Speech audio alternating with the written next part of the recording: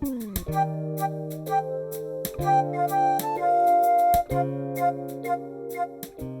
power unit for the antennae is located under the plastic trim where that red arrow is pointing. Carefully strip down all the plastic trim. Luckily for me, the power unit in the car was running and you can hear it start up if you turn the radio on or off. Disconnect the negative cable from the battery.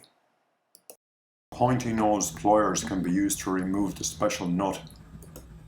Remove the nut along with the grommet and the rubber gasket. Now inside the car with a number 10 wrench, remove the two nuts. Disconnect the power supply, pull out the drain plug from the floor of the car and disconnect the antennae. The power unit sounds like it's running well, but I wanted to add some lubrication and make sure there was nothing in there that might interfere with the new cord. There's a small nut and a screw. Then you need to rotate part of the unit to get to the next step. There's one small nut holding on that casing. Now you can get in at the take-up spool.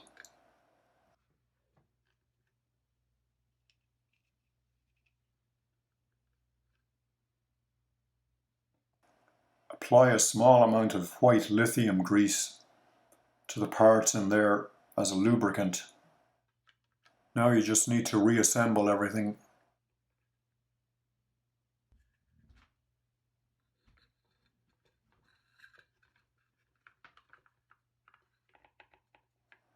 Make sure that casing is seated well so that it seals everything up.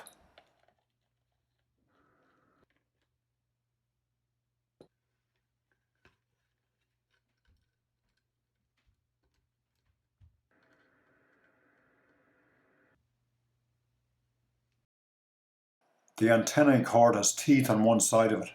As it's fed into the unit, the teeth need to be facing the center of the unit and the take-up spool.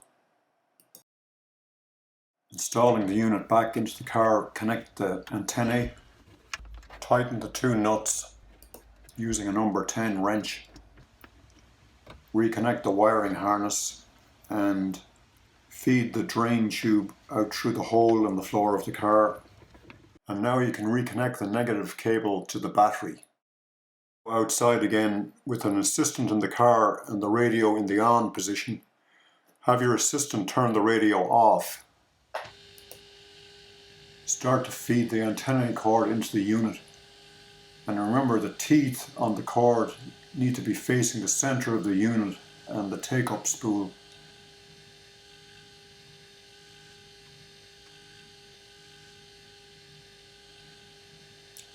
Be ready to guide the metal sleeve of the antennae into the unit.